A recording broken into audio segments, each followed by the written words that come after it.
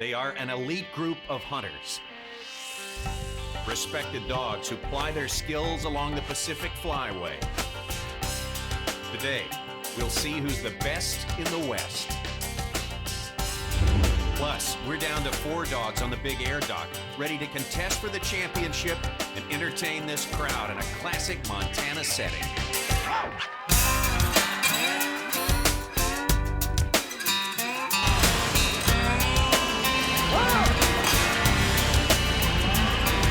Super Retriever Series is ready for Championship Day. Everybody's en route to the venue. I'm Tommy Sanders here on the bank of the Clark Fork River in Missoula, Montana, a town that frames this outdoor competition perfectly amidst the Rocky Mountain setting. Our Big Air dogs have saved the best jumps for last. They're ready to take flight. You will absolutely be amazed. But first up, our Retriever and Handler teams ready for some intense competition to see who gets a shot at the ESPN Great Outdoor Games. Justin Tackett is ready to profile the final test. Yesterday's semifinal round was short, it was choppy, a lot of breaking birds. The judges were looking for extremely tight lines, a lot of concept type stuff. The blind was really tight. Today's finals are big, wide, and open. We're going to find out what dogs can mark, the talent they bring to the table, what their bloodlines. This is all going to come into play right here. Justin, take us through today's championship course. You've got a triple. The first mark comes out to the left at 255 yards. They've got about 100 yards of land and 150 yards of water. They're going to swing all the way to their right to pick up a 250-yard landmark. They've got water, land, some angle entry, some angle exits. Then they've got to come back to the middle for a little short indent bird at about 118. They've also got a land-water combination in that mark. Then they've got to come back to their left. They've got a 230-yard water blind, but what makes it so difficult is it's underneath the arc of the first mark down. First to the line is John Taraziano, who had too much success in our qualifying rounds. SRS rules state that each handler can only carry 1 dog into the final 12. John was fortunate enough to have 2. It was a tough choice, but I chose Titan because he's a little older, a little more mature. Sundown is a fantastic marker, and he's only 3. He's going to have an outstanding field trial career. But I think Titan's a little bit more with me, a little more tractable. And plus, I think I owe it to Titan. That's it. Titan gets the nod today, and what does he mean by tractable? He purely means that he won't fight him. He does what he's easily trainable, for lack of a better way of putting it. Just a fancy field trial term for saying he's doing what he's supposed to do. In all our competitions, it is all about faults. You're awarded 2 points or 5 points, depending on the nature, the severity of the fault. This thing is big, wide open. The judges are looking for straight lines again, but it's going to come down to marking. I want you to assess Titan as far as his marking ability, Justin. I would say that Titan is not a great marker. He's a good marker. His strengths are in the handling. For him to get there, it's going to be through his handling ability. He and John work well together, and he's going to use John to get him in position to make things happen. Great score so far. This is the second of the marked birds. See, right now he's got a general idea where that bird is, but he's not sure, so he's going to kind of rely on John to get him there. Each whistle we hear will be worth 2 faults. Over. Galloping his cast a little bit there. Over. Okay, there we go.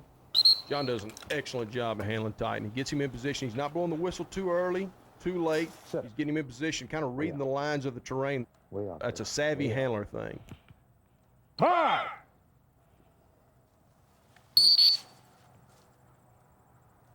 Off to a bad line on the blind. That road, you would think that they would stay on that road, but gun dogs and trialers primarily train their dogs to stay off the road, so that was something the judges threw in there just to see if they'd go ahead and listen to him and take that straight line. Now he's got about 100 yards of water to go. Some running water, some lunging water, all kind of stuff. Friend Linda Johnson here to offer some support to John and Titan. She's feeling it with him. She's got the nerves going as well. All those islands in there, all that suction, I mean, this is such a difficult mark. Like you said, handling is the forte for this team, and so far the handling's been pretty good. He's made it through the marks. All he has to do is pick up the blind. These are his strengths. This blind is extremely difficult. If you'll notice, it is underneath the arc of the first mark down. With all the suction from the islands and the suction from that first mark down, This is about as tough a blind as you will ever see. Is that a memory or a scent distraction? It's both, and they've got about 3 other things working against them. You've got the road, which presents the problem that we talked about earlier. You've got the scent from the blind, the memory and the success that they had on that old first mark, and they've got to run so tight, it's very, very difficult.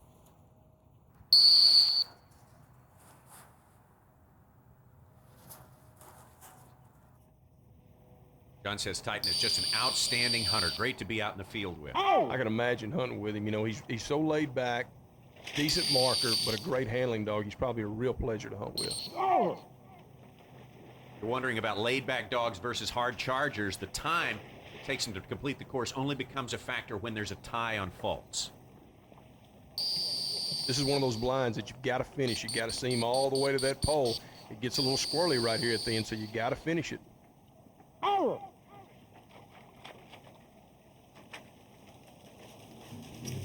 There we go, 61 faults. It may seem like a lot, but that could be very, very competitive here on championship day. Melinda and the rest of the support crew can exhale at this point and hope for the best. We got 5 more dog and handler teams to come, and Go, go, go, go, go, go, go, jump! Good boy, Tucker.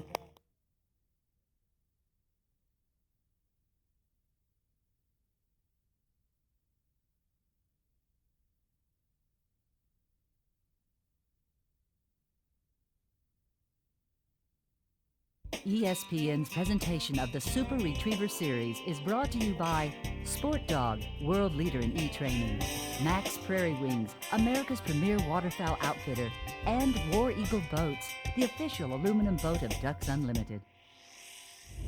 our trials continue here at the Western Montana Retriever Club. Coming up next, another team of local favorites from right here in Missoula. My name is Armin Fangsrud. I'm from Missoula. This is my dog, Mission Mountain Ninja. He's a lab male, 2.5 years old. Found a little hunting dog in Canada, which I bought. And one thing leads to another, as you know, and pretty soon I was running hunt tests.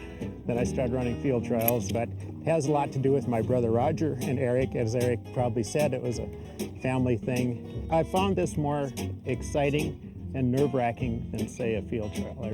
I'm not sure why. I guess it's the whole excitement of the different venue, the close-in birds, and I've really enjoyed it. It's been just a blast. Mission Mountain Ninja. He's one of Ritz's puppies. We'll see a little bit of contrast as far as speed goes between this team and the first ones to run the scores today. Yeah, this boy can pick him up and put him down. Strong marker, super talented dog, but the question is, what's he going to do if he doesn't see a mark, and what's he going to do on one of these big long blinds if things don't work out perfectly?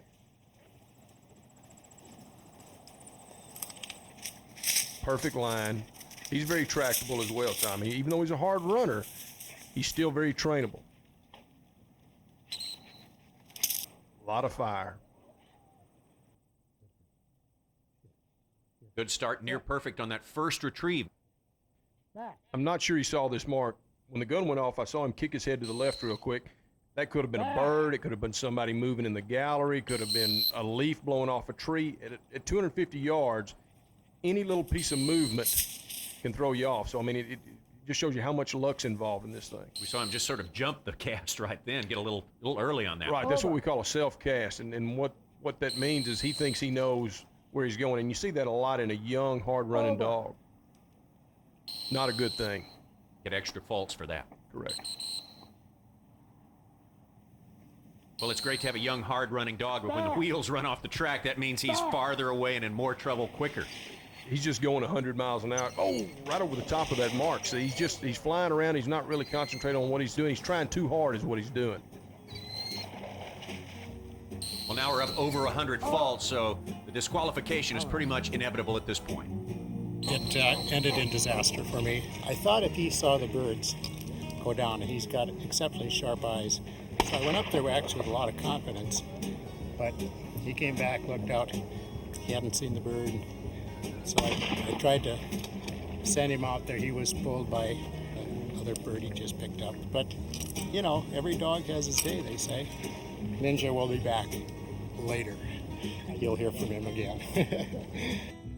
Later is definitely the word for Ninja. All the desire in the world, their day is coming. As we take a look at the scoreboard, it's still Titan on top with 61 points, but 4 more teams yet to compete in our retriever trials. Now a look at an evolving sport, but a sport that is developing a huge and very loyal crowd following because excitement is the big element in big air dogs. Basically, the long jump event for dogs. We have the element of the water as well. Here's Tucker, and the handler is Tom Dropic, making the trip west from Minnesota.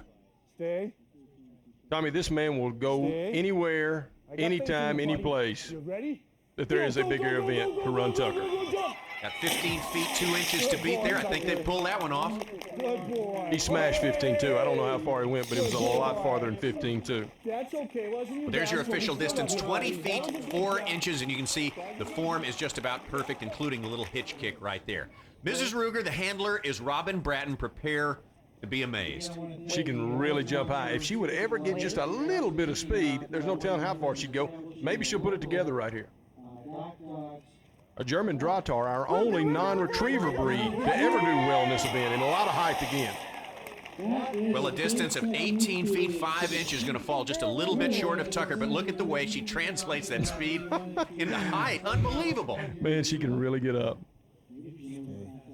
These are the local favorites from right here in Missoula, Daisy June and Will Gutman. They got off a 23-4 in our qualifying round, so expect big things from this pair. This dog needs a cape and a big S on her chest, and she's ready to roll, I promise you. She is the super dog so far in this competition. Form is absolutely perfect. She almost always tucks her back legs. It gives her an extra 6-8 inches. Let's see what happens. Go, go, go, go, go, go, go, go, go, go!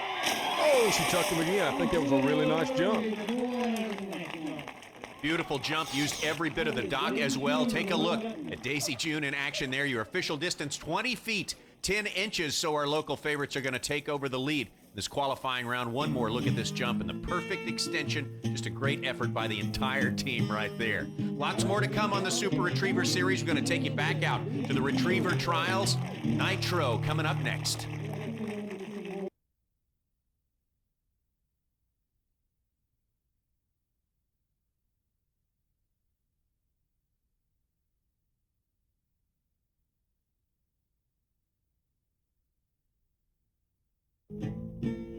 Super Retriever Series continues from here at the Western Montana Retriever Club in Missoula. Coming up next, Jeff Smith, and the dog is Nitro. Here. Strong marking dog. The most important thing a retriever can do is mark. If he doesn't mark, especially on a test of this caliber, the wheels can come off quick. He's got to be able to see everything. Oh, had a little problem there. He looked up at Jeff right when that mark came out. Go get it. He has no idea where that mark is. Right there. He looked up for a split second. That's all it takes. And you miss a mark, and now he's got a handle of the area. He's got whistles, cast refusals. It just kind of compounds itself. Burned a lot on that one. Well compounded to the tune of 45 faults on that third mark. Very simple. If they don't see the marks, they can't pick them up. Fortunately, I'd have really been in trouble if he hadn't remembered as much of that left-hand mark as he did, so he carried most of that line for me. And of course, I ended up burning a bunch on the right side, because by the time we'd gotten through all this, he's starting to forget his marks. And of course, I didn't mark this right-hand bird. I should have done a better job of watching where it fell. So we burned a bunch of whistles there, and then, of course, that was probably as much my problem as it was his. He did everything I asked him to do. I just didn't know where the bird was. And then the blind's just the blind in a long distance. I'm just glad to have gotten to this point. We'll be back. Ooh, man, that was fun. Jeff Smith and Nitro, a mighty big number, 165 total faults. They're not going to leave the grounds just yet, though, as it stands right now. They're in second place, and you never know what's going to happen. Titan still in the lead. The next group to the line, Boone and Alan Cady. They had a good qualifying round. Alan's a veteran. Boone's a great marker and a great handling dog. If he can see all these marks, which is where the trouble's been, he should be in the middle of it. Good line. A little bit to the right. Smack that one. Oh, He's a little left here. Yeah, he's had to handle him to the area. That's a 5-point penalty. He's still in the middle of it. He's got this long bird now. Oh, bad line. Oh, he's going right by it. It's a good test. A test he's very capable of doing almost perfectly. I couldn't tell whether he saw the right-hand birds or not. I got goofed up a little bit on the line. I was holding back on the shot, not knowing whether the birds had been launched, and I got a little bit just goofed up. And we just weren't in sync from the minute he left the line. And that's part of field trialing. That's definitely what happens. All right, Titans still on top. Nitro right behind that. But 2 more teams yet to run in our retriever trials. The excitement has not died over at the boat dock over there. We got the big air set to continue here. Dwight is coming up next. The handler is Wade Copland. This team had a short jump in the first round, looking to improve on 15-2. You know, moving into these final rounds, we're going to check a dog's desire right here. They're tired. The handlers are tired. We're going to see who wants it the worst. Will Gutman and Daisy June, the best jump so far with the 2010. You know, their legs, you can tell that the legs are getting a little spaghetti-ish. They're starting to die on us a little bit here, but that was a pretty nice jump. Didn't quite get it out to the end of the dock, and a 17-1 is the result. Mrs. Ruger going to test and see how good the endurance is holding up for the smaller dogs here. Ruger has already proven that she can jump higher than any dog in the country. If she'll just get a little speed, I just can't imagine how far she could go. Needs a little help from Robin, too. Just a little weak on that first toss. Again, a little problem there in getting the dog set on the right track. Well, the fatigue is definitely showing itself here. The dogs are just worn out, but they're, you know, the dog with the most desire is going to be there at the end, and here she is. Yes, with a 2010 in the first round, Daisy June and Will Gutman have already clinched this competition. This is just an exhibition jump right here. I guess a little bit of a test of desire. I'm telling you, Will is so excited about this right now. And I looked at him before it was her turn to jump, and I mean, he is pumped up. Look at him. That's the way you do it. There you go, Will. Work the crowd, baby. Jump of the day in the finals, a 21-6 to wrap it up and please the crowd here in Missoula for Will Gutman and Daisy June. 2 more teams, the 2 favorites, in fact, still yet to come in our retriever trials. We'll be back with more of the Super Retriever Series.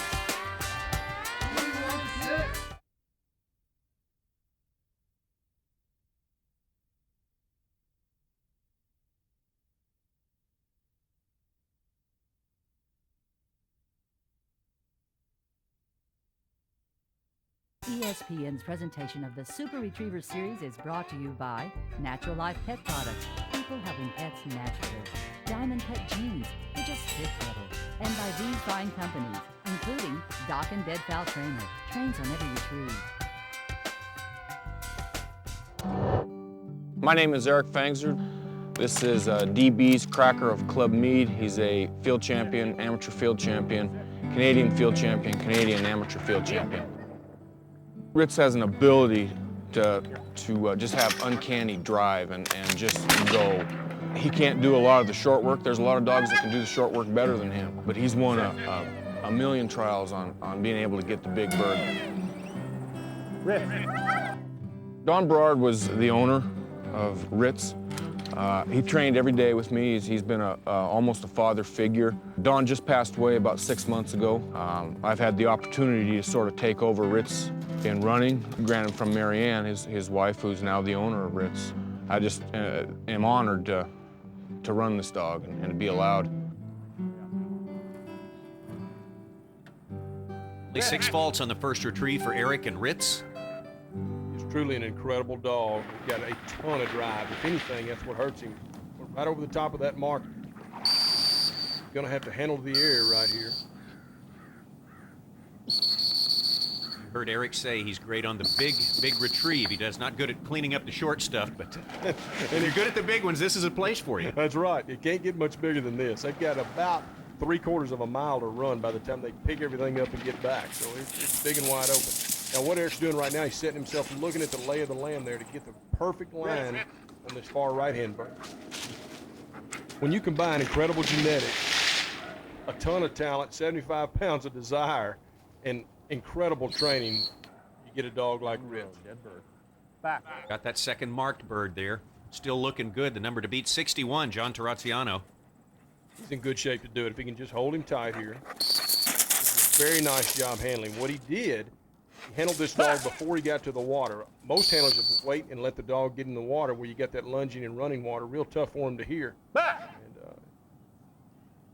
Again, we're looking for the lowest number of faults. You receive faults for infractions out there on the course.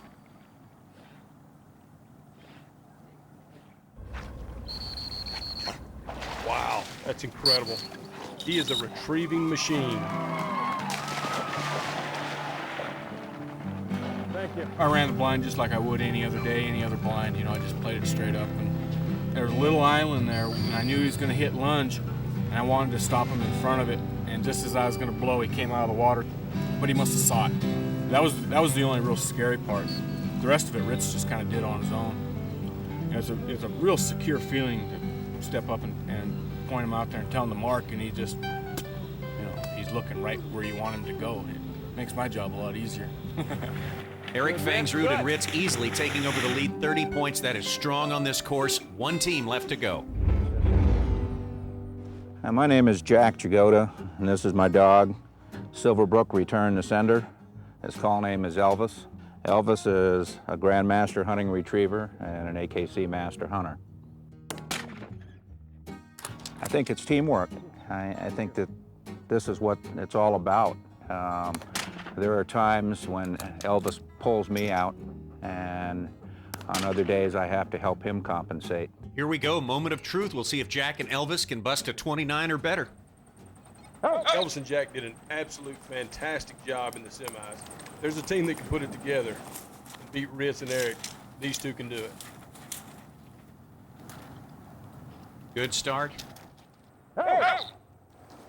Jack is the founder of the modern hunt test. So he's been playing the game a long time, knows a lot about dogs. Although his initial line of the bird was good, I'm not sure he saw this right-hand mark. 30 again is a magic number. If they get under that, they get the championship. If they get under 61, they go to the Great Outdoor Games. Really put a lot of effort into getting there last year and came up a little short. I know he wants to get there this year. Talk about Jack's experience. Elvis has got a lot of it too at 7 years of age. He's got just about every hunt test title that you can have. On that third bird, tough line. You know he hadn't seen it. With a line like that, you know he hadn't seen it. So see how well these two can work together as a team.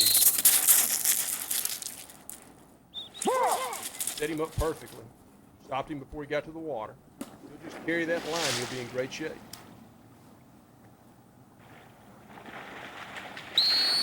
Fade to the left a little bit. We got a whistle refusal there. Hold it together. Still got plenty of room.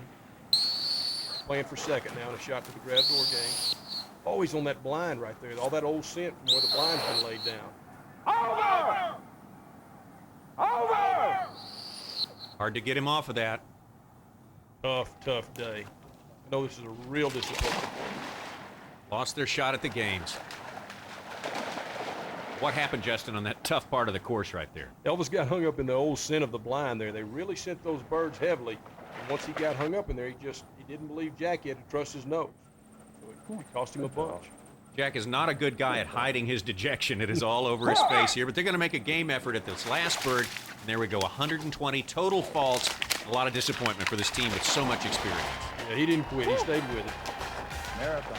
I don't know whether he just couldn't hear me or what, but it's not like him to blow me off. When he heard it, he was taking the cast. I can only assume that he didn't hear it, you know.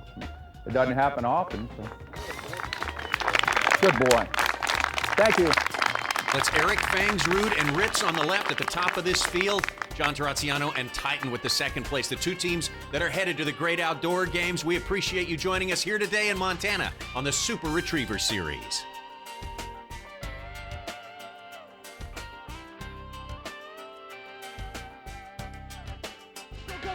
Go! This has been a presentation of ESPN, the worldwide leader in sports. For more, log on to ESPNOutdoors.com